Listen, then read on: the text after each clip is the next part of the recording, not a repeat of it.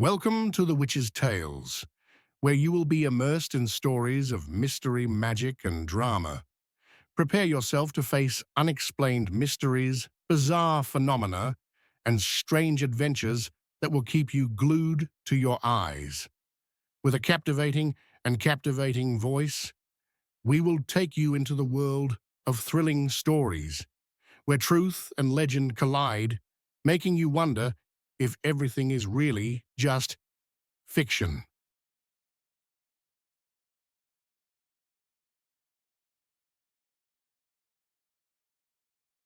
The highway stretched before me like a dark, endless ribbon, winding its way through the night.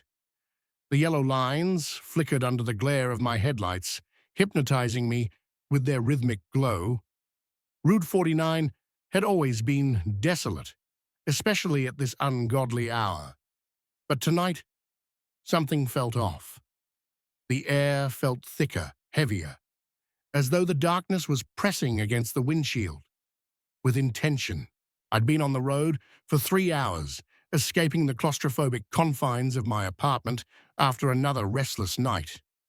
The city had become a cage. Bright fluorescent lights and ceaseless noise were suffocating me.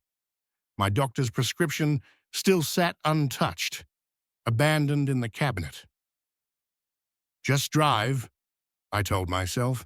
Clear your head. The radio had died an hour ago, offering nothing but static and the occasional ping of insects against my windshield. My fuel gauge hovered above a quarter tank, just enough to get me to the next town, assuming one existed in this desolate stretch of road. That's when I saw it, the lane. It appeared in my peripheral vision, first a strip of asphalt that seemed to materialize out of nowhere, as though it had always been there, waiting to be noticed. It wasn't an on-ramp or a merge lane. No, this was something else entirely. A perfect, unmarked road running parallel to the highway, separated by a stretch of wild grass and weeds. No signs, no markings, nothing that could explain its existence. I slowed down, squinting through the passenger window, my eyes fixated on the lane. It was empty, naturally. What traffic would use a road with no clear destination? But there was something about it that unsettled me. The main highway was in tatters. Potholes, faded lines, cracks in the shoulder decades of wear and tear. But this phantom lane, it looked pristine, freshly paved, gleaming under the headlights, like wet obsidian. Focus on the road, I told myself, but my eyes kept drifting back to the impossible lane. It ran straight, unwavering, as though drawn by some cosmic ruler. I checked my rearview mirror once and saw only darkness.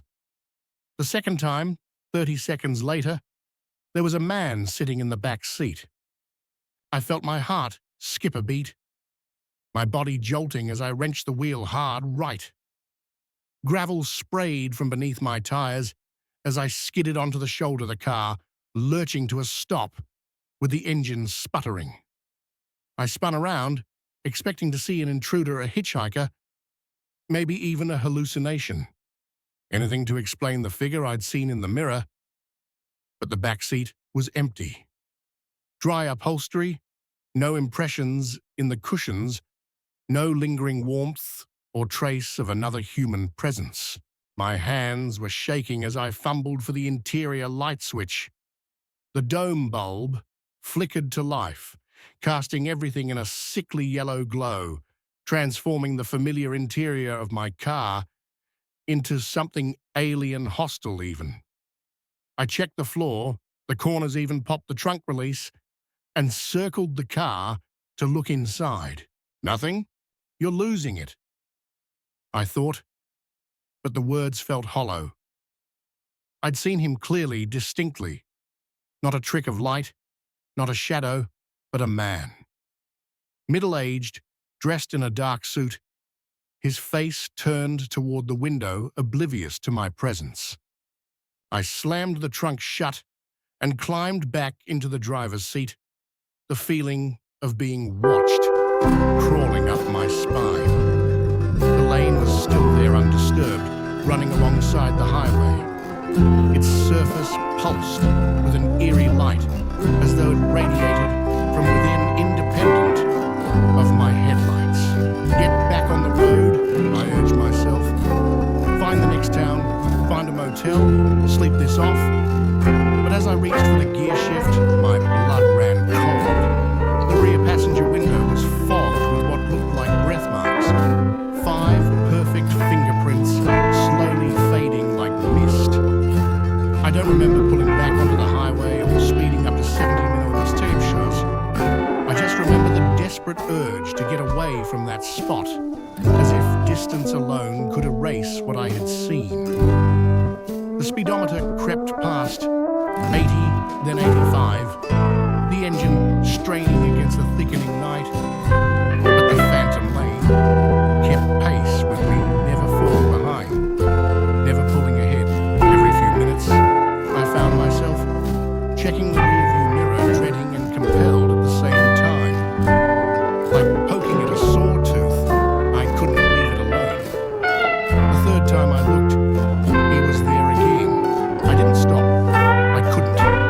My foot pressed harder on the accelerator, even though my rational mind screamed that this was impossible, that the laws of physics and common sense were being violated in the confines of my own car. The man sat there exactly as he had before, hands folded in his lap, face turned to the side, as if gazing out at the nothingness beyond the window. I tried to speak to him.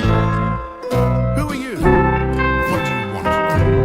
My voice cracked with fear, but if he heard me, he didn't show it. He remained completely still, unbothered, as the empty lane rushed past his window.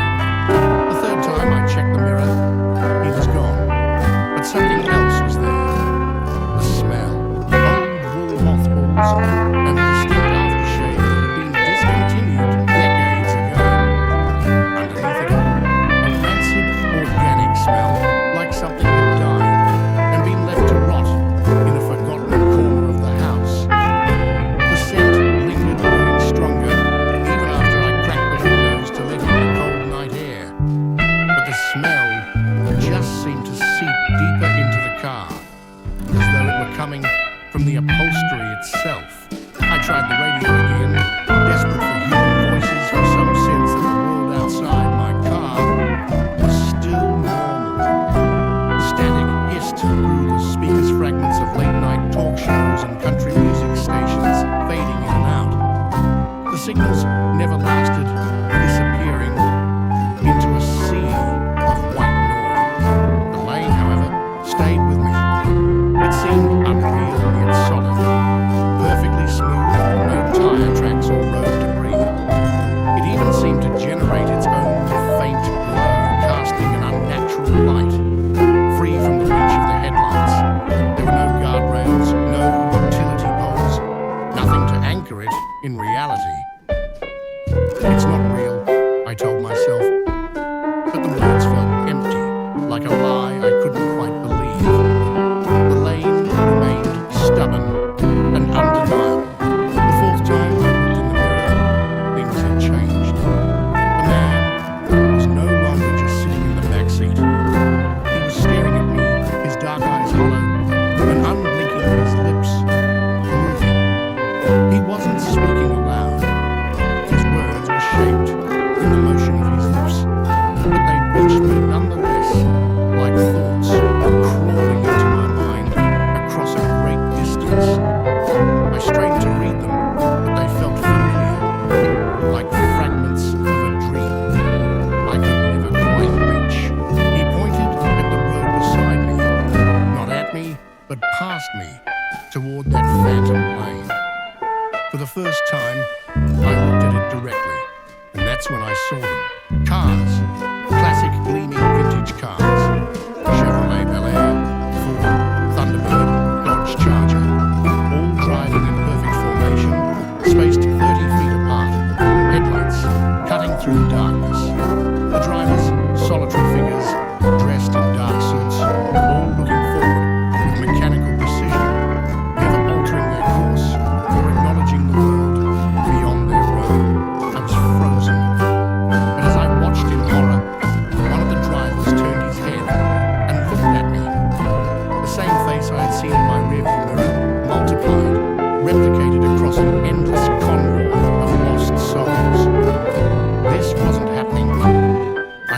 desperately. This had to be a breakdown, an illusion, something I could escape. But deep down, I knew I couldn't stop. Some instinct, some primal sense told me that breaking the connection between my world and theirs would invite something far worse than just being observed. The convoy of vintage cars stretched on each driver, wearing the same vacant expression, waiting for something or someone. When I tore my eyes away from the haunting procession and looked back in the rearview mirror, the man in the back seat was smiling. It wasn't a pleasant smile. His lips stretched too wide, revealing teeth that looked too sharp or too numerous, and his eyes that held something. It wasn't recognition or greeting. It was anticipation. He pointed again, more urgently, and I understood with growing horror what he wanted me to see. Ahead of us, the road forked. The main highway veered left, leading into the hills to some distant town. But the right fork, the right fork, led directly to the empty lane, merging seamlessly into that parallel world where the convoy of vintage cars continued their endless march. No, I whispered. But my hands, it seemed, had already made their choice. The wheel tilted to the right, as though pulled by a force far stronger than reason. No, I won't. But the man in the back seat leaned forward, and for the first time spoke aloud, not in the world around me, but directly inside my mind. You've been driving this road for 47 years, Thomas. Isn't it time to come home? The fork in the road rushed toward me, and I knew with crystal clarity that I had a choice to make. I could fight the pull, swerve the wheel, left drive away from the emptiness and toward the world. I knew the safety of town, the comfort of electric lights, the noise and chaos of normal life. Or I could surrender. I could embrace what the smiling man in my rearview mirror seemed to already understand. What he had always known, that I belonged with them, that I had been avoiding this moment for far too long, and that no matter how much I resisted, my time had come. My foot hovered over the brake, but I couldn't bring myself to press it down. The speedometer held steady at 70 miles, carrying me inexorably toward the decision point where two worlds were about to collide. In the mirror, the man's smile widened further. It wasn't a comforting smile, but one filled with something darker, something expectant.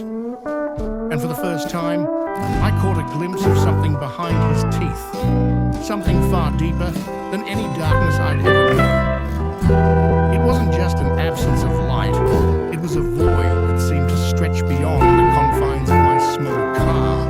Time to choose, his voice whispered in my mind, low and patient, like a distant thunderstorm waiting to make landfall. Time to remember. The fork was 50 yards away now, then 20, then 10. I could see the smooth surface of the empty lane ahead, its perfect gleam, mocking me a silent invitation to cross over.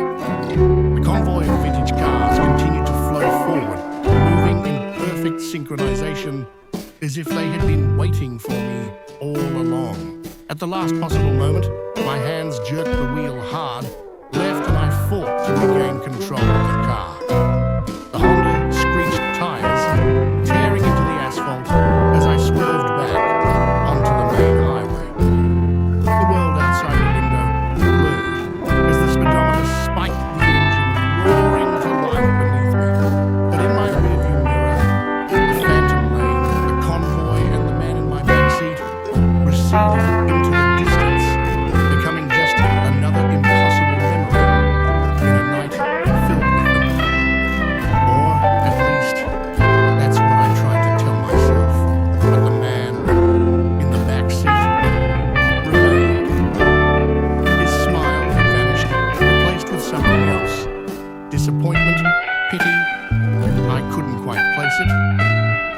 leaned forward, and when he spoke, his voice carried the weight of infinite patience. Tomorrow night, then, or the next. We'll be waiting, Thomas. We'll always be waiting. The words echoed in my head as I sped through the night, too shaken to respond, too terrified to look back. I drove straight through to the next town without stopping, my eyes locked on the road ahead, refusing to glance at the rearview mirror. I parked in the lot of an all-night diner and sat in a booth by the window, drinking coffee that tasted like ash, watching normal people live their normal lives. When I finally returned to my car, the back seat was empty. No trace of the figure, no smell of oil and mothballs, just the faint scent of air freshener and the vinyl seats I'd grown used to. But as I sat in the driver's seat, something caught my eye. On the rear passenger window, barely visible, 5 finger-shaped impressions remained pressed into the glass. Not fingerprints exactly, but something deeper, like the window itself, remembered the touch of an impossible hand. The marks faded as I watched, but the eerie sense of being watched, of something being just out of reach, lingered. I began driving a different route to work the next morning, taking surface streets and avoiding the highways when I could. But late at night, when sleep wouldn't come, I'd find myself thinking about that empty lane, the patient convoy of vintage cars, and the haunting face of the man in my rearview mirror. Sometimes, when I wasn't careful about which mirrors I looked into, I'd catch a glimpse of charcoal grey fabric in my peripheral vision. Just enough to remind me that some invitations once extended never quite expired. The choice, it seemed, remained mine to make for now. The bedside clock glowed a harsh 3:07 a.m. when I woke with a start. My chest was tight, constricted by the suffocating certainty that I wasn't alone. There was something in the room with me. The darkness pressed against my eyes like velvet, thick and absolute. But I could feel it, a presence, hovering just beyond the foot of my bed. My heart hammered against my ribs, each beat like a thunderclap in the oppressive silence. I lay perfectly still, straining to hear anything over the muffled hum of the air conditioning. Nothing. Just my ragged breathing and the distant rumble of traffic that bled through the walls of my apartment. I sat up slowly, my mattress springs creaking under me, but the sensation wouldn't go away. It lingered in the room, clinging to me like humidity. That unmistakable feeling of being watched by invisible eyes. My apartment had never felt like this before. I'd lived here for 3 years, knew every creak, every moan the building made at night. This was different. This was wrong. I stepped out of my bedroom into the hallway, and the sensor light flickered on, casting everything in a harsh, fluorescent glow. My pupils shrank painfully against the sudden brightness. And that's when I saw it. My silhouette was moving across the wall at the far end of the hallway. Not a shadow, but my actual silhouette completed every detail. It moved with my exact gait, with my exact posture. The same navy blue sweater with dark jeans I had thrown on the night before when I ran to the store for milk. The same clothes that were now crumpled in my laundry basket, still carrying a faint smell of rain. I froze, my eyes locked on the figure. The figure moved, walking with deliberate purpose. It reached the wall where my bathroom door should have been, then simply kept walking through the wall, like it was made of mist. It didn't pause. It didn't acknowledge me. It simply walked through solid matter and disappeared. I stood frozen in the hallway, staring at the empty wall. My mind raced, grasping for an explanation. Maybe it was a reflection from outside. a trick of the light, the stress from work, finally catching up with me. But no, the fluorescent light above me cast harsh, unforgiving shadows that ruled out any possibility of an optical illusion. I pressed my palm against the wall where the figure had vanished. Solid, cold, real. Sleep became impossible after that. I spent the rest of the night pacing my apartment, checking locks, peering through blinds in the empty street below. Every creak of the building made my spine straighten. Every distant siren made me hold my breath. By morning, I had convinced myself it was just a hallucination, a result of exhaustion, too much caffeine, too many sleepless nights. Work provided some refuge. The familiar chaos of the office, the ringing phones, the constant noise, everything felt reassuringly normal. But as evening approached, a cold knot of dread formed in my stomach. The thought of returning to my apartment made my hands shake. I stayed late at the office, finding excuses to linger at my desk until the cleaning crew arrived. When I finally drove home, every streetlight seemed too bright, every shadow too dark. The building's hallways smelled wrong, like ozone before a thunderstorm. Inside my apartment, I methodically checked every room, every closet, every space large enough to hide a person. Nothing, but the air felt different, charged as if something was waiting. I made dinner with trembling hands, dropping utensils twice before giving up and ordering takeout instead.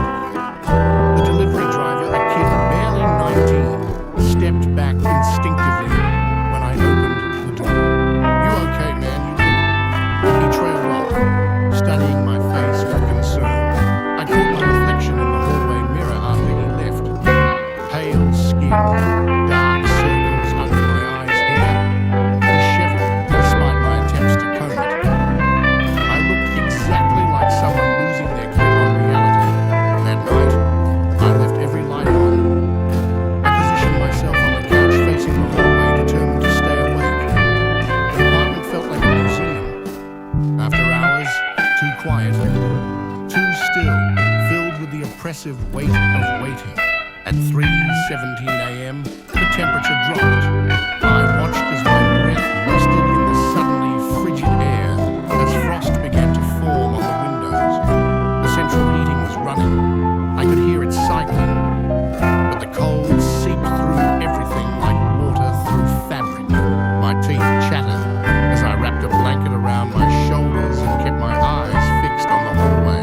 The silhouette appeared again, this time wearing the grey hoodie and black pants I had on Monday when I worked from home. It moved with the same unhurried confidence, walking along the wall like gravity meant nothing to it. As it passed under the light fixture, I saw something that made my blood freeze. It cast its own shadow. My doppelganger and its impossible shadow moved through my apartment like they owned it. It paused at the kitchen entrance and turned not toward me, but towards something I couldn't see. It raised one arm, almost as if greeting something, before continuing its journey through the wall and out of sight. This time, I followed. I pressed my ear to the wall, listening for anything from next door. Mrs. Chen, my elderly neighbor, lived there. She worked nights at the hospital. Her apartment should have been empty, but I could hear movement.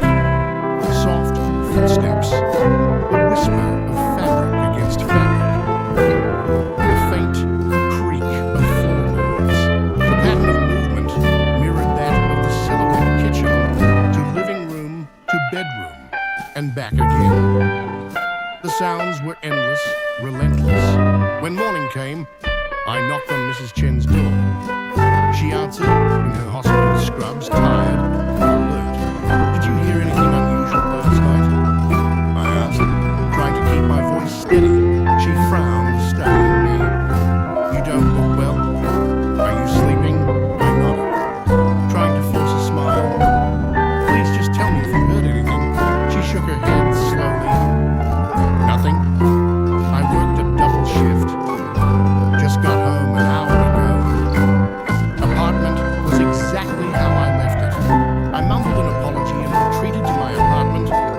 concerned gaze following me down the hall.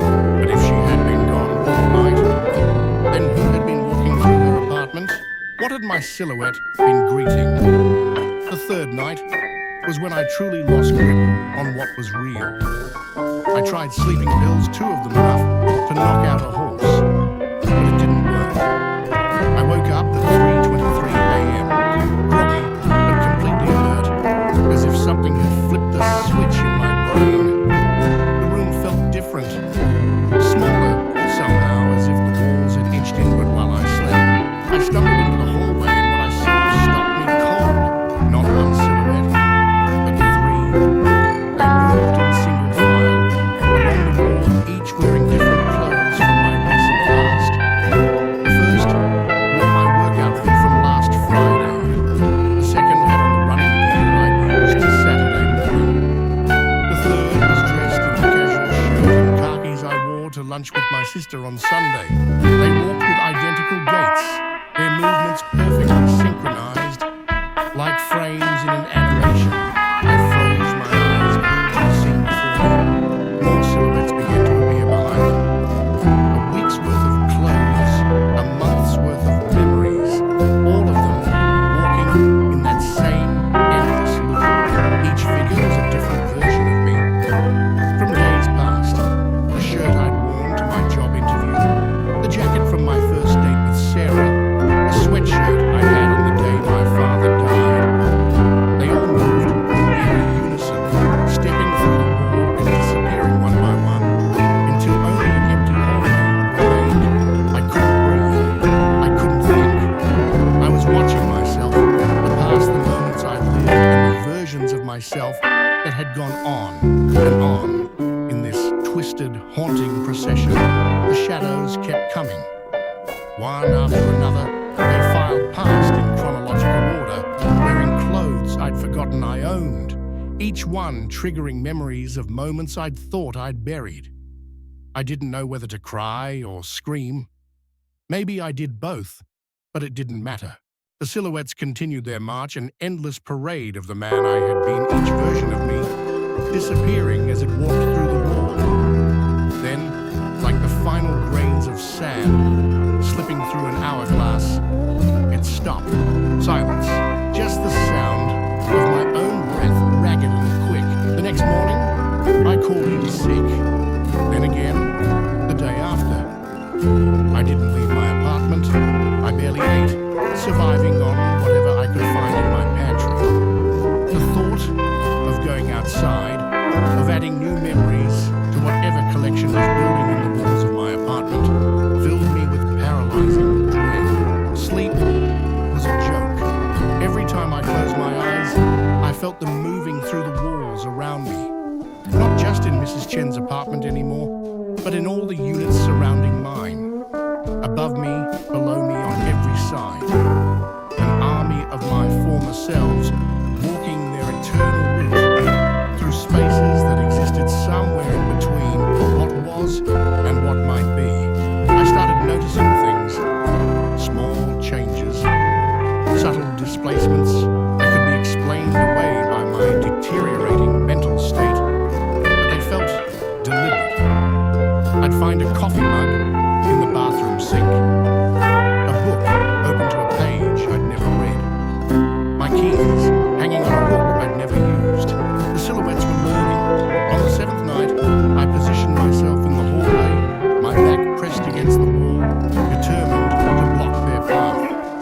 If they were some manifestation of my psyche, a symptom of a breakdown, then confronting them head-on might break whatever hold they had on me.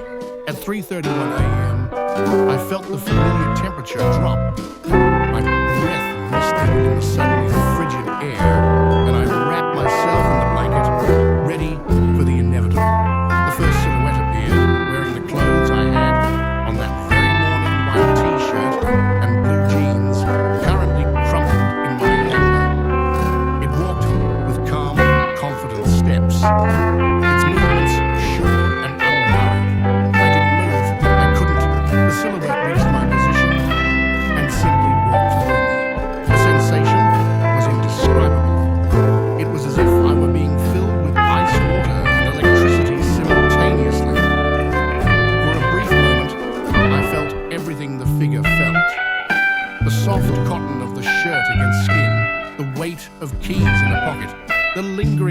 of coffee from hours ago. I experienced my own memories from an outside perspective. I watched myself brush my teeth that morning, seeing my face in the bathroom mirror. But it wasn't my face. It was as if I was someone else, entirely watching my life from a distance. The moment passed. I was alone in the hallway again. My heart hammered in my chest as the coldness lingered. My hands shook uncontrollably. I understood now. The silhouettes weren't just manifestations of my past. They were collecting it, cataloguing every moment, every experience, every version of myself that had ever existed. The past wasn't a set of memories anymore. It was a living, breathing thing existing somewhere between the walls of my apartment. I don't know how much time has passed since then. Days blur together, marked only by the nightly processions that seem to grow longer with each passing night. The silhouettes have begun wearing clothes from futures I haven't lived yet. Outfits I don't recognize, styles I've never chosen. They walk with more confidence now, through my walls, moving with a purpose, as if they know exactly where they're going. And I've started noticing things. Sometimes the furniture isn't quite where I left it. Sometimes I catch myself walking the same path they take, moving through my apartment with the same measured gait, the same purposeful stride. When I realize what I'm doing, I force myself to stop. But the compulsion grows stronger with each passing day. I've stopped looking in mirrors. The last time I tried, I wasn't entirely sure if the face staring back at me was the one I wore that morning, or the one I'm supposed to wear tomorrow. The building is quiet now. I haven't seen Mrs. Chen in weeks, and the sounds from neighboring apartments have faded to nothing. But the walls are full of movement now, full of shadows, of silhouettes, walking their endless route through spaces that exist between what is and what might be. Tonight, as I write this, I can feel them gathering in larger numbers than ever before. The temperature has dropped so low that ice crystals are forming on my windows, and the air tastes like copper and ozone. I know that when 3:00 a.m. comes, I'll see myself again, walking through that wall wearing clothes I've never owned, living moments I've never experienced.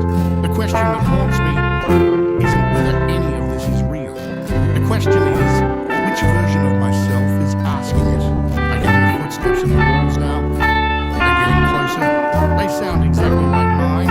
The crash came at 3:17 a.m., sharp and deliberate like a gunshot, in the suffocating silence of my apartment. I jolted awake, heart hammering against my ribs, desperate for escape. The darkness around me felt thick, almost solid, pressing against my skin, suffocating me. I lay motionless for several minutes, every muscle tensed, listening to the oppressive quiet that had swallowed the sound whole. The digital clock's green glow seemed accusatory in the blackness, its numbers burning themselves into my retinas. 3:18, 3:19. Time seemed to crawl forward with malicious intent. My bare feet hit the cold hardwood floor with a whisper, but the sound echoed endlessly in the stillness. The hallway stretched before me like a throat, closing in with each hesitant step. The built-in wardrobe stood at the far end, its doors slightly ajar, though I distinctly remembered closing them beforehand. I always closed them. The habit had become compulsive since moving into this place 6 months ago, but I couldn't explain why. The picture frame lay, face down on the floor, the glass spiderweb with cracks that caught what little light filtered through the blinds. Silver fragments sparkled like malevolent stars, scattered across the dark wood. I knelt, carefully avoiding the shards, and lifted the frame with trembling fingers. It was the photograph of my parents from their anniversary dinner, the one that had been sitting safely on the wardrobe's top shelf for months.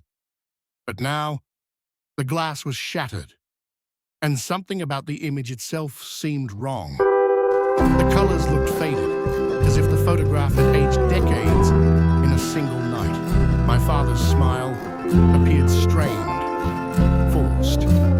My mother's eyes seemed to be looking directly at me, with an expression I'd never noticed before, something between sadness and what might have been mourning.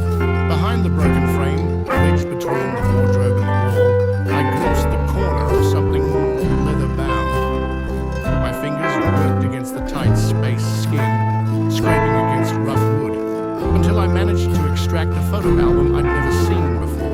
The leather was old, cracked, and warm to the touch. Despite the apartment's chill, it fell open in my hands, as if eager to reveal its secrets. The page it opened just stole the breath from my lungs. There I was, unmistakably me, standing in front of a house I'd never seen before. The photograph had that sepia-toned quality, like images from decades past. But it was definitely my face, my build, the distinctive scar above my left eyebrow from a childhood accident. I was wearing clothes I didn't recognize, an expensive, outdated dark suit. My hair was styled in a way I'd never worn it. My hands shook as I turned the page, and the trembling only worsened with each new image. There I was, again sitting at a desk, in an office with wood-paneled walls, surrounded by people in old-fashioned clothing. Another photograph showed me standing next to a woman in a wedding dress, a woman I'd never met. Her face was radiant with joy, looking up at me with obvious adoration. My expression was one of contentment, of belonging, emotions I rarely felt in my own life. The album contained dozens of photographs spanning what seemed like years, maybe decades. Me at dinner parties, me playing what looked like a vintage piano, me walking through city streets that seemed familiar, yet impossibly foreign. In every image I looked older, more confident, more settled than I'd ever felt in my own reality. But most disturbing of all, I looked happy, genuinely deeply happy in a way that felt alien to my actual existence. I flipped backward through the pages, searching for some explanation, some clue that would make sense of this impossible collection. Near the beginning of the album, I found a photograph that made my blood freeze. It showed me as a child, perhaps 8 or 9 years old, standing in front of the very apartment building where I now lived. But this couldn't be right. I'd grown up 3 states away, had never even visited the city until I moved here for work. The child in the photograph wore clothes I remembered owning, a striped shirt I'd loved until it became too small. But the building behind me was unmistakably this one, complete with the distinctive architectural details I'd grown familiar with over the past months. Even more unsettling, there was a woman standing in one of the apartment windows, a figure so small and distant that her features were impossible to make out. But her presence felt significant, as if she were watching the child with intense interest. I slammed the album shut, my breath rapid and shallow. The leather cover felt hot against my palms, almost feverish. The rational part of my mind struggled to find an explanation. Photo manipulation, an elaborate hoax, a psychological experiment. But the images had a quality of authenticity that was impossible to fake, a weighted reality that made my attempts at rationalization feel hollow and desperate. Standing slowly, I carried the album to my kitchen table. My movements were mechanical, dreamlike. The fluorescent light overhead flickered erratically, casting shifting shadows that seemed to move independently. independently of their sources. I opened the album again, starting from the first page. The earliest photograph showed an infant unmistakably me, given the distinctive birthmark on my left shoulder. But I was being held by a woman I didn't recognize. In a hospital room that wasn't the one where I'd been born. The woman's face was partially obscured by shadows, but what I could see of her expression was one of fierce protectiveness mixed with what looked like fear.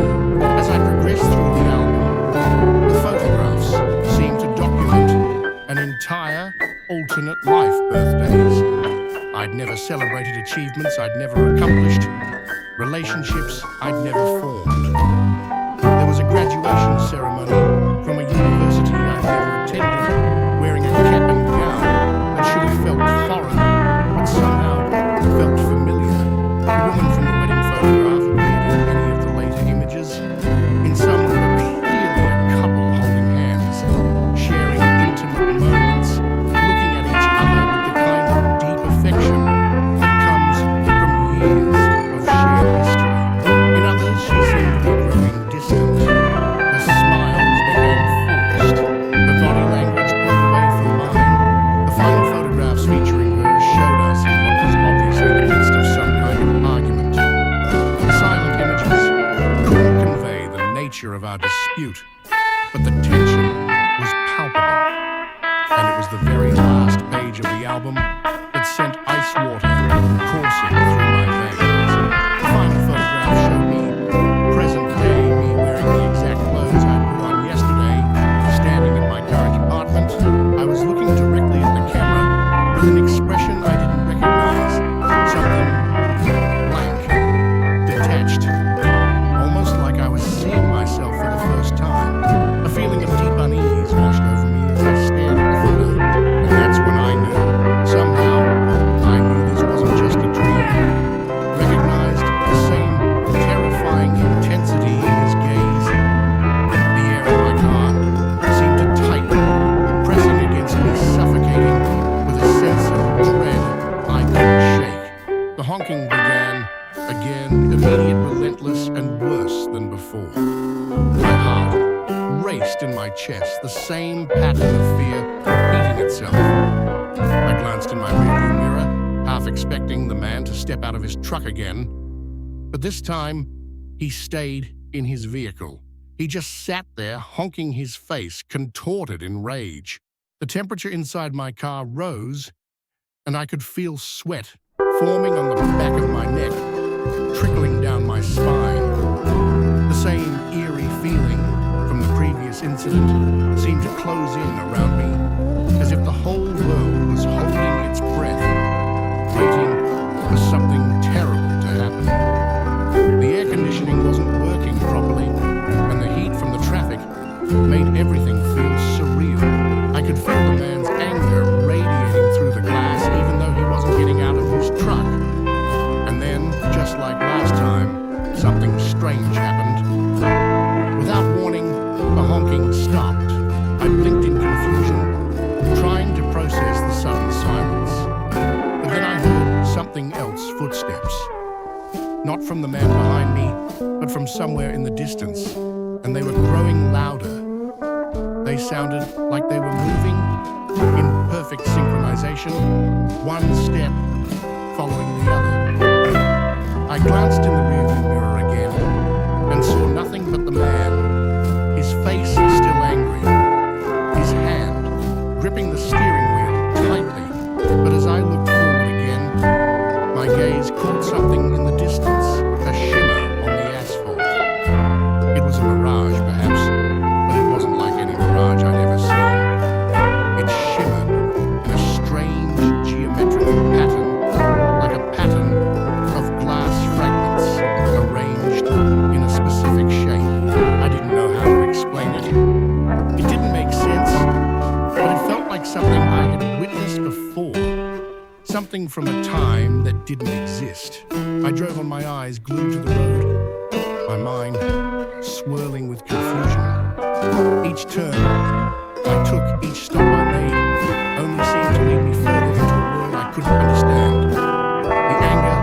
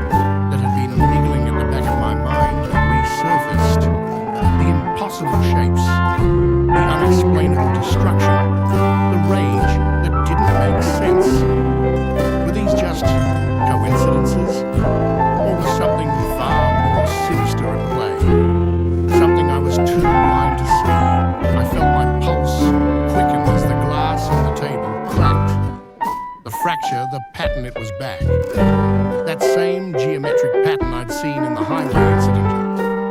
It formed on the ceramic surface like a map, a clue that I couldn't interpret but couldn't ignore. Every moment since that crash had been leading me closer to the edge, but I wasn't sure if I was ready for what was waiting for me when I crossed it. The days that followed were a blur. Each moment led into the next, indistinguishable from the last. The glass continued to break. The patterns remained. And the man in the red truck, he was always there, lingering in the periphery of my thoughts, just out of reach, but never truly gone. My phone rang constantly, but I couldn't bring myself to answer it. Instead, I found myself diving into articles on glass fractures, strange occurrences, and parallel realities. None of it made sense, but it was the only thing I could focus on. I started thinking about the symbolism of those shattered patterns, wondering if they were trying to tell me something important. What was I missing? What was slipping through my grasp, like fragments of glass, scattering across the road? I couldn't escape it. Not the glass, not the man, not the shadows, not the cold, the campus. Their voices filling the air, oblivious to the strange forces at play in the quiet, forgotten corners of the university. I glanced at the books again, their pages waiting to reveal secrets I wasn't sure I wanted to know. I ran my fingers across the spines, feeling the warmth that seemed to pulse from within. There was something alive about them, something that went beyond just ink and paper. As I sat at the table, contemplating whether to return to the library, I began to realize that the library itself was far more than a building. It was a place that connected the past, present, and future in ways I had yet to fully understand. The note in my hand had said, "The library remembers what you choose to forget." But what did that even mean? And why did the book seem to hold the key to some part of me that I couldn't access on my own? If I was truly forgetting things, then was I simply losing control over my own life? Or was something else, something more sinister at play? I couldn't stay away. I had to know. The thought echoed in my mind, a mantra that pushed me out of my chair. Without another moment of hesitation, I grabbed the books, stuffed them into my bag, and headed for the door. The sun had barely risen, and the air outside was still crisp with the bite of early morning. I walked through the quiet campus, the weight of the books on my back, a constant reminder of the strange journey I was on. When I reached the library, the doors were just opening, the familiar smell of old paper and dust greeting me as I stepped inside. The security guard at the front desk barely glanced up. He had seen me here countless times, but today the air felt heavier, as if the building itself recognized my purpose. I made my way down the stairs to the basement. It was eerily quiet, and the silence pressed in on me like a physical thing. The fluorescent lights flickered above, casting a sickly, yellowish hue over the long rows of shelves. As I walked deeper into the basement, I felt the familiar sensation creeping back into my bones, the sensation of being watched. But now, it wasn't just the oppressive quiet that made the hairs on the back of my neck stand up. It was the books. They were waiting. I could feel it. The sense that they were alive, that they had been watching me, and that they were waiting for me to come back and understand what they had been trying to tell me. I found the aisle where the books had stacked themselves the night before. The space was empty now, but the floor was covered in tiny fragments of shattered glass. I knelt down, picking up a few pieces, feeling their coldness against my fingers. The glass fragments glistened like tiny shards of a broken world. I looked around. The air was thick, the sweet smell stronger than before, filling my lungs and clouding my thoughts. And then I heard it, the unmistakable sound of books moving. But this time, it wasn't the soft glide of pages turning or the scrape of leather against wood. It was something different, something more deliberate. I followed the sound, my steps slow and measured as if I was walking on the edge of a precipice. There in the farthest corner of the basement, a new stack of books had formed. They were moving, shifting on their own, as if some unseen hand was rearranging them with precision and care. I reached for the nearest volume, a thick, dusty book on early medieval art. As I opened it, I felt a chill run through my spine. The pages were filled with notes that I hadn't written, but in my handwriting. The same handwriting I had used in my journals in the notes for my dissertation. The same handwriting that had appeared in the checkout cards. I turned the page, and there, written at the top in bold letters, was a line I had never seen before. "You're not supposed to remember this." My breath caught in my throat. The words seemed to burn into my retinas, their weight pressing down on my chest. It felt like a warning that I was treading too close to something that should have remained hidden. I slammed the book shut and backed away, my heart racing. I couldn't stay here. Not now. Not when I was so close to something that felt dangerous, something that could unravel everything I thought I knew about myself. But before I could leave, a voice echoed through the basement, low and deep, like a whisper carried on the wind. "You can't leave until you remember." I froze. The words were impossible. The voice was impossible, yet it felt so real, so undeniable that I couldn't ignore it. I turned my eyes, scanning the shadows, searching for the source of the voice. There was nothing, just the shelves, the books, and that same overwhelming sense of being watched. I rushed toward the stairs, the books in my bag bouncing against my side. I had to leave. I had to get out of here. But the more I thought about it, the more I realized that I couldn't escape. Not from the library, not from the books, and not from whatever force had been pulling me toward this place. As I stepped out into the cold morning air, I glanced back at the library. The doors were closing behind me, the windows reflecting the grey sky.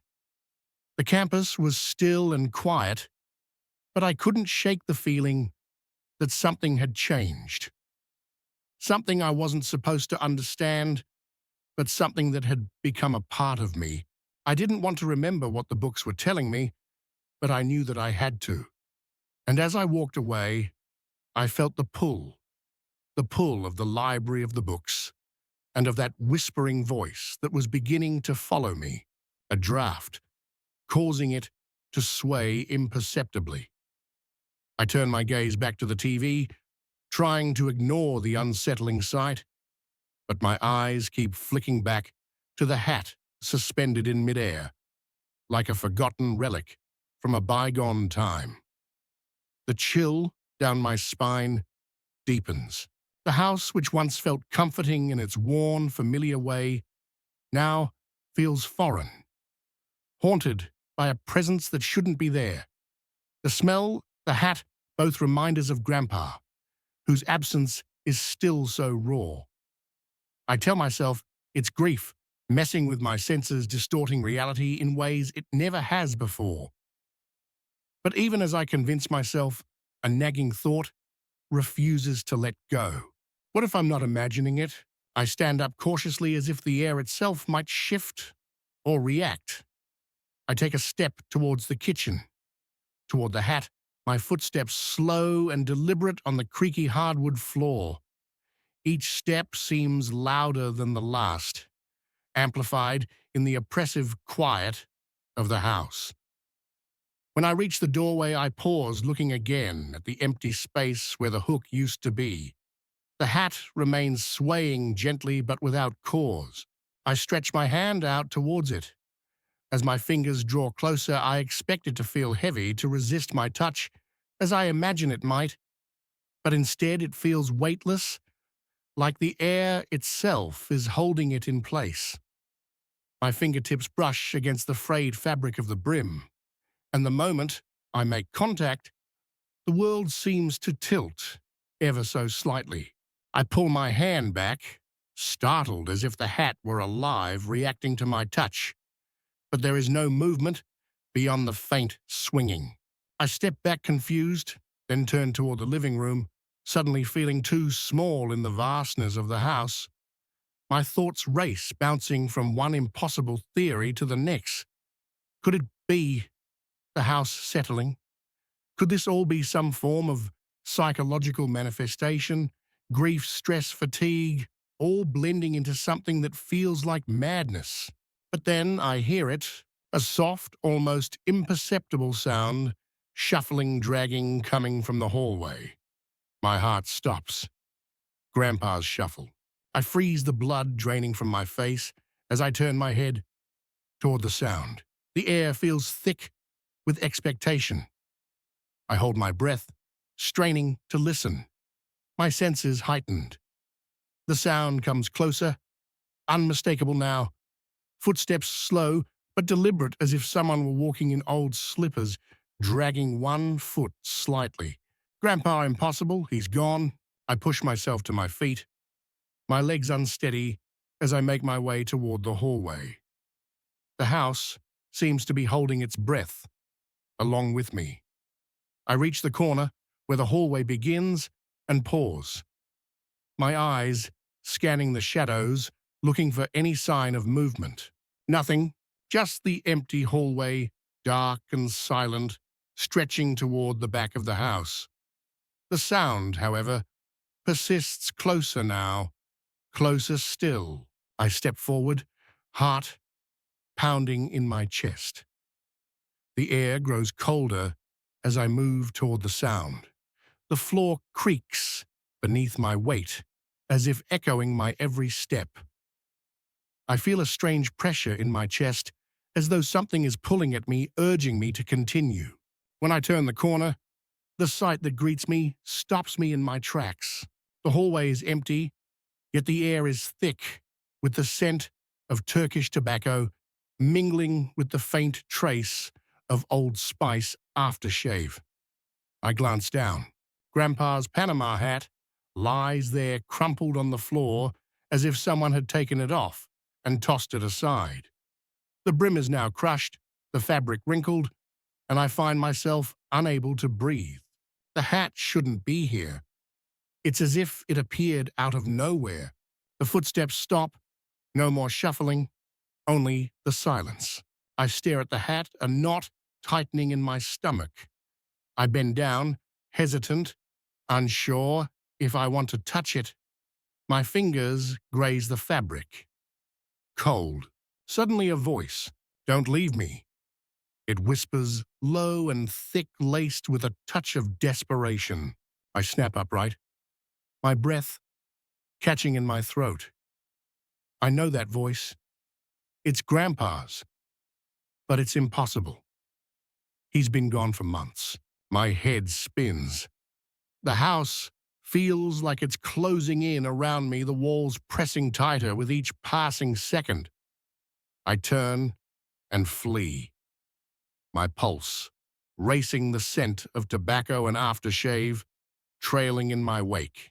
The house feels different now. Not just the rooms, the furniture. The air itself feels altered, as if the space has shifted to accommodate something else. Something that's been here all along, but that I've only now begun to notice. I rush back to the living room, my heart pounding against my ribs, my body trembling as I sit back down on the sofa. I try to ground myself, to take control of my racing thoughts. I stare at the TV, the sound of the evening news. A distant hum in the background, but it feels like I'm not really there, like the room has slipped away from me. And then I hear it again, the soft shuffle. Louder now. It's coming closer. From the hallway, I don't move. I don't speak. I simply wait, the hairs on the back of my neck standing up. The steps draw nearer until I can feel the weight of the air shift again, heavy and expectant. And then I hear the whisper, soft and slow. I'm still here, don't forget me. The room falls deathly silent. I don't know what's real anymore. All I know is that the hat, the smell, the footsteps, they aren't figments of my imagination. They're not just memories of a man I loved and lost. They are something else entirely, something I don't understand, and I'm afraid I never will. Voice was a soft whisper, barely audible above the ambient chatter of the room. Do you see it too? She asked, her eyes wide and fixed on the wine barrel overhead. I looked up again, trying to focus on the barrel. The stains in the wood had darkened, and the patterns now appeared to shift in the dim light, moving like a slow tide across the surface. The shapes were almost deliberate, as if they were being drawn, though no one was touching the barrel. The longer I stared, the more unsettled I became, but I couldn't tear my eyes away. What is that?" I muttered, my throat tightening. "I don't know," Marie whispered back, her fingers trembling against my arm. "It wasn't there before. Not like that. It's not just stains. It's something else." The room suddenly felt smaller, the oppressive humidity heavier. I looked around, half expecting someone else to have noticed, but the rest of the mourners continued in their business unmoved. They didn't seem to see the barrel or whatever had been etched onto its surface.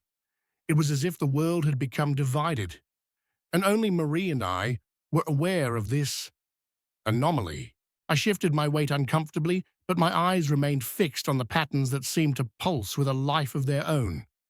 The smell, that sharp metallic scent, grew stronger the longer I stood there. It was nauseating, almost suffocating, and I fought the urge to step back. Suddenly, the barrel creaked. Not the faint sound of an old structure settling, but something heavier, deliberate. The air around me seemed to grow colder, and for the first time since arriving, I felt a prickling sensation crawl down my spine. "I think we should leave," I said, my voice shaky, though I couldn't bring myself to turn away from the barrel. My feet felt glued to the floor, and a strange sensation flooded my chest, a blend of dread and inevitability. It was as if something was about to happen, something I couldn't stop no matter how hard I tried. Marie looked at me, her face drained of color, but she didn't say anything. We stood there for a long moment, neither of us able to break our gaze from the barrel, which seemed to be drawing us in, demanding our attention. Then it happened. A low groan reverberated through the room, deep and ominous, as if the house itself had let out a breath. The shadows around the barrel seemed to thicken, swirling in a vortex that pulled at my mind. I watched, horrified, as the stains on the barrel shifted, twisting into clear, recognizable symbols. Symbols I'd seen before, etched into old family heirlooms, paintings, and books that had been passed down for generations. I took a step back, but my legs felt weak. The air was thick, with the scent of something old, decayed, and it was suffocating me. The silence in the room grew overwhelming, as if the chatter of the mourners had faded into some distant, unreachable place. Then, as though the barrel had waited long enough, it began to shake. Marie gasped beside me, and I turned to her in a panic. But before I could speak, she reached out and gripped my arm, her fingers digging into my skin. "Do you hear that?" she whispered frantically. I strained to listen. At first there was nothing. Then, as if the very air had been charged with electricity, a sound began to emerge. A whisper barely audible, like voices carried through a tunnel. The whisper seemed to grow louder, more distinct, but it was a language I didn't recognize. The sounds twisted and coiled around each other like an ancient chant, an invocation that didn't belong here. The barrel began to vibrate more intensely. And then, just as I thought I could take no more of it, the first of the iron hoops gave way with a terrible screech. I stumbled backward, the force of the sound reverberating through my chest. The room spun, and my vision blurred as I tried to orient myself. But then something new appeared. From the shadows inside the barrel, something emerged. A shape. A figure. It was a person, but not quite. Tall, thin, their features shrouded in darkness, but there was no mistaking the form. They moved with unnatural grace, too fluid, too perfect. As they stepped from the barrel, their silhouette seemed to melt in and out of focus, like something not fully present in this world. I froze, my heart racing, my breath caught in my throat. The figure moved toward us, its presence pulling the room's temperature down further until I could see my breath hanging in the air. It was closer now, standing just feet away, and though I couldn't see its face, I could feel its gaze fixed on us. The room was so still, so quiet, that I could hear every breath we took, every nervous twitch of muscle. But the figure remained unmoving. It didn't speak, didn't make any sound, yet it exuded an overwhelming sense of waiting. Is this real? I whispered the question, escaping before I could stop it. Marie's grip tightened on my arm, but I could see the fear in her eyes. This wasn't just a trick, an illusion. Something was wrong, something beyond comprehension was happening, and we were trapped in it. For a moment, the figure, this thing, seemed to regard us with something almost human. Then it raised a hand, slowly, deliberately, and I saw it. A ring, gleaming darkly on its finger. It wasn't just any ring. It was a symbol, the same symbol I'd seen earlier on the barrel. The whispers rose again, louder this time, no longer unintelligible. Now they were clear. You are chosen, the voice seemed to say, though it didn't come from the figure. It was everywhere, vibrating through the walls under my skin. You have awakened the cycle.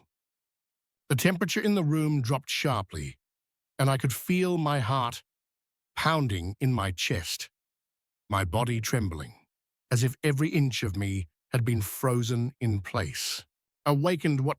I barely managed to get the words out. The figure did not respond. Instead, it turned its form, dissolving into the shadows of the room, like smoke, evaporating into the air. The temperature slowly began to return to normal, but the oppressive weight in the air remained. Marie and I stood motionless, neither of us speaking for a long while. The house felt different now, changed somehow, as if something had shifted, something that had been set into motion and could no longer be undone. When I finally found my voice, all I could say was, "We need to leave." But as we turned to go, I noticed the ring again. It was on my own hand. The same symbol was etched into the band. I didn't remember putting it on. I didn't even remember finding it. But I knew that the cycle had already begun. There was no turning back. As I watched my heart racing, the figure me didn't stop or look around. It just kept walking toward the back door with that same casual determination. My breath caught in my throat, and I could feel the tension building in my chest, tight and unrelenting. I stood up suddenly, my legs stiff and awkward beneath me. I took a few steps forward, unable to tear my eyes away from the figure that was moving with eerie precision. It was like watching myself from the outside, every movement, every little detail, perfectly mirroring the way I carried myself. I wanted to call out again, to stop it, to make it notice me. But there was something deeply unsettling about the way it moved, the way it didn't even seem to know I was there. It wasn't reacting to my presence at all. It was like I wasn't even a part of the same reality anymore. I took a step closer, my pulse quickening, as the figure reached the back door of my house and disappeared inside. I was only a few steps away from the door myself, but it was like some invisible force held me in place. I couldn't make myself move any faster. My feet felt rooted to the ground, my body frozen by some primal fear I couldn't name. For a long moment I stood there watching the door, my thoughts racing. What was happening? What was this? It was impossible. It had to be a trick of the light, some kind of delusion or... But no, my mind refused to let go of the truth. It was me. It looked like me, moved like me, but it wasn't me. I slowly approached the door, my hand trembling as I reached for the handle. My own reflection flashed in the glass, and for a second I thought I saw a flicker of recognition in the other me's eyes. It was the slightest shift, almost imperceptible, but it felt like something ancient, like a connection between us that I couldn't explain. I pushed the door open slowly, barely making a sound. The house smelled damp. The humidity thickened the air. But something else was in the air too, something sharp. The air inside felt heavier, charged with an electric tension that made every step seem too loud, too deliberate.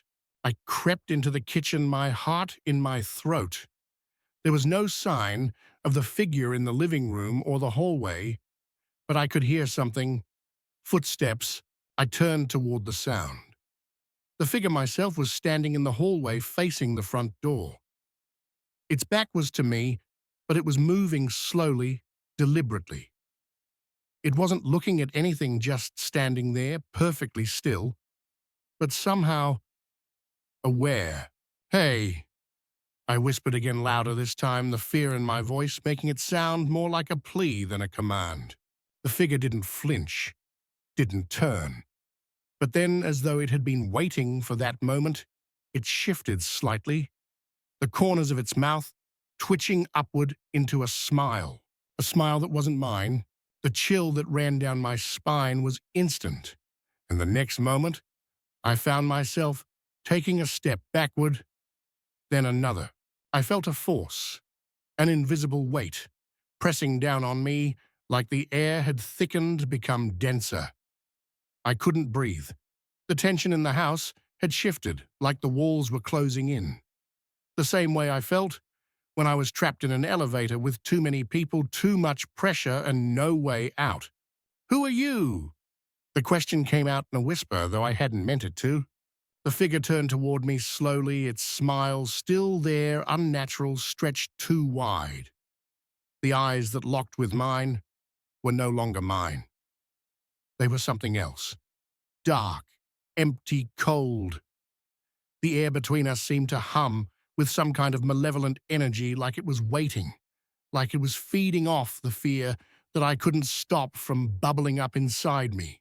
I took another step back, my head spinning. I needed to leave, to get out of the house, but my legs refused to move. My mind was screaming, but I couldn't hear the commands to run. Instead, I stood there, rooted to the spot, watching this thing, this other me, who seemed to be enjoying the torment it was causing me. And then, as if it had had enough, it took a step forward. I jerked back instinctively, but the figure moved with a speed that shouldn't have been possible. It reached out a hand, and the air seemed to distort around it, as if reality itself was bending. Before I could react, the door slammed shut. It was like the house itself had grown hostile, the walls shifting, the floors creaking louder than before. I blinked hard, trying to focus, trying to breathe. The figure was no longer standing in the hallway. There was only silence, deep and suffocating. I was left staring at the door, too afraid to move, too afraid to open it again. But I had to know, I had to understand. Taking a deep breath, I gripped the door handle and pulled it open. And there was nothing. No one. Just the empty house. The silence that had taken over. My reflection in the window stared back at me. But as I stood there, one thought echoed in my mind. What if I wasn't the one who was supposed to be here? The idea was chilling, but it felt more like an epiphany than a passing thought. The door clicked shut behind me, and the house settled into a silence that would never quite feel like home again. "Marcus Reed," the voice said, reverberating through the stillness like an ancient incantation. It wasn't just one voice, it was many, layered and simultaneous, as if every one of the sleepwalkers was speaking in unison, channeling something much older than themselves. I couldn't move, couldn't speak, could only watch as they gathered closer, their movements synchronized in a way that felt unnatural, as though they were parts of a whole, an entity that had been waiting for me, watching me.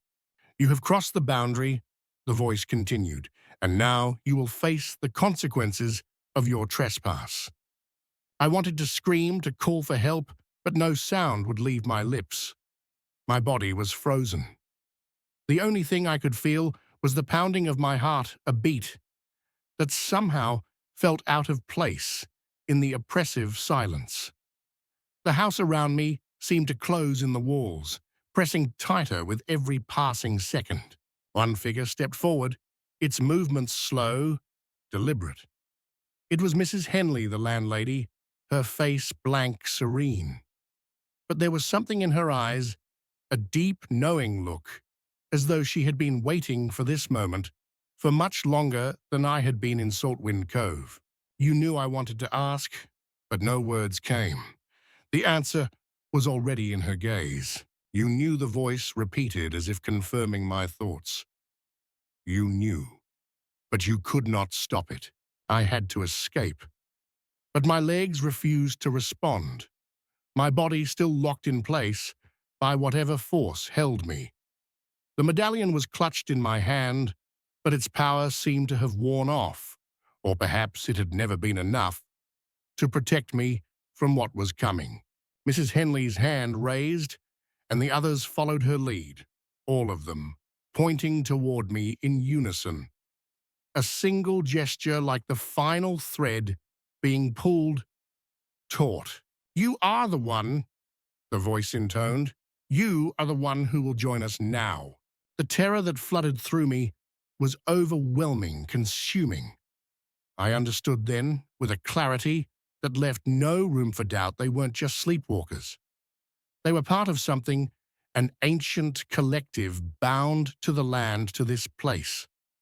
And I, in my desperation, had stumbled into their world, a world where boundaries didn't exist, where time bled together, where the living and the dead were part of the same endless, cyclical existence.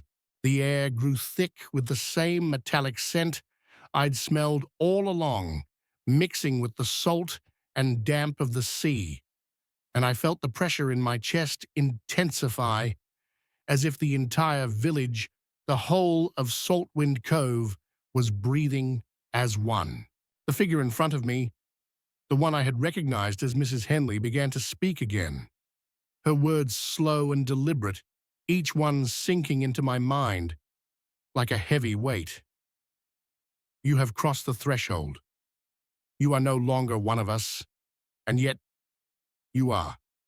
Now you must fulfill the role you have taken." Before I could understand what she meant, the figures began to move toward me, their steps silent but purposeful, as if they were shadows come to life, advancing in unison. I was trapped. There was no escape, and all I could do was watch as they closed in. And then, just as the first hand reached out to touch me, the world went dark. The next thing I knew, I was sitting at the table in the cottage, the light of dawn creeping through the windows. The house was quiet, too quiet. I could still hear the echoes of the music in my mind, but when I looked out, the village below was empty, the street silent. But it wasn't over. I knew it wasn't over. The feeling of being watched never left me. And somewhere in the back of my mind, I realized the truth I had been avoiding all along. The village Saltwind Cove wasn't just a place. It was a trap, a cycle, and I was now a part of it. My reflection wasn't just in the glass anymore. It was inside me. The sight of the branches lying in such an exact cross made my breath catch in my throat. For a moment, I just stood there, staring at the arrangement. There was something impossibly deliberate about it, something that made my skin crawl. This wasn't a coincidence. I was certain of it. I had felt the faint vibration in the wood when I held the branches together, and now the cross, perfectly aligned, seemed to mock my disbelief. The room felt colder now, and the usual sounds, the creak of the house settling, the faint hum of the radiator, seemed to grow louder, more pronounced. My heartbeat, a steady thud in my chest, was the only thing that seemed to make sense anymore. I bent down, carefully reaching for the branches, the chill in the air pressing against my skin. As soon as my fingers touched the wood, I felt a jolt of energy, as though the earth itself had shifted beneath me. The air felt thick, as if it had become solid, dense with anticipation. I stood there for a long moment, holding the branches, listening. There was a weight to the silence, an oppressive stillness, as if everything in the room had frozen in place, waiting for something. And then, just as the weight became unbearable, I heard a sound so faint, I almost convinced myself it was a figment of my imagination. A whisper. "Do you hear me?" The voice was soft, barely audible, but unmistakably Sarah's. I froze my hand, still gripping the branches. The voice wasn't coming from any one direction. It seemed to echo through the room, emanating from all around me, as if Sarah herself was standing just beyond the veil, watching, waiting. The whisper came again, a little clearer this time. "I'm not like them, not like the others. I'm here. I'm still here." I let go of the branches, the energy they had held dissipating as I slowly backed away. I was terrified, more terrified than I had ever been in my life. But something in me was drawn to the voice, to the mysterious presence that had taken root in this town. I slowly turned toward the window, watching for a glimpse of Sarah on the street. There, standing on the far side of the road, was a figure no her. Her auburn hair glowed under the weak sunlight, but there was something different about her now, something I couldn't place. She was looking straight at me, and for a moment I wondered if she knew what I had just done. "Sarah," I whispered to myself, the name barely audible, more a prayer than a question. She didn't respond, but the smile on her face, the faint curl of her lips, made my heart stop. It was as if she knew something I didn't, as if she had always known. The weight of that smile pressed against my chest, and I felt the room grow darker, colder, as though I had crossed a line that could never be uncrossed. The branches on the floor, now lying in the exact shape of a cross, felt like a warning, but the danger, I realized, was already here. There was no going back. not after what I had summoned. My heart pounded in my chest, and I forced myself to look away from the window. I needed to leave this place. I needed to escape. But as I took a step toward the door, the whispers came again, stronger now, more insistent. "You're not alone here," they said, the voices growing louder. "You never were." The lines between reality and illusion had blurred, beyond recognition, leaving me standing at the intersection of both. Whether it was Sarah's presence, whether it was her voice, her messages in smoke, or the inexplicable heart on the wall, I had become a part of something that defied explanation. This wasn't just a story of a man losing his grip on reality. It was about a connection forged in the space between what is seen and what is felt, a bond that transcended the limitations of the ordinary world. And perhaps that was the true power of the experience, not in the truth of whether Sarah's existence was real, but in the emotional truth that I had found meaning in it. Love, as irrational and inexplicable as it may seem, can exist in ways that challenge the rules of the material world. In the quiet moments, when I stood in front of the wall, with its constant reminder etched in ash and soot, I realized that it didn't matter whether anyone else understood. This connection, however intangible, was real to me. And that was enough. The heart on the wall became the symbol of my acceptance, of the inexplicable, of the possibility that love and communication can exist outside of reason. The mystery I had once feared now held me in its embrace, and I felt oddly comforted by that unknown. Maybe the nature of these things, Sarah's presence, the messages, the ash, wasn't meant to be understood. Maybe some questions weren't meant to be answered. They simply were. And as I continued to live in that house on Elm Street, with the heart glowing ever so faintly in the corners of my mind, I had come to a simple, profound understanding. Sometimes the answers we seek are not as important as the relationships we cultivate, no matter how strange or surreal they might seem. The connection I had found with Sarah, whether it was real, imagined, or somewhere in between, remained, and that was all I needed.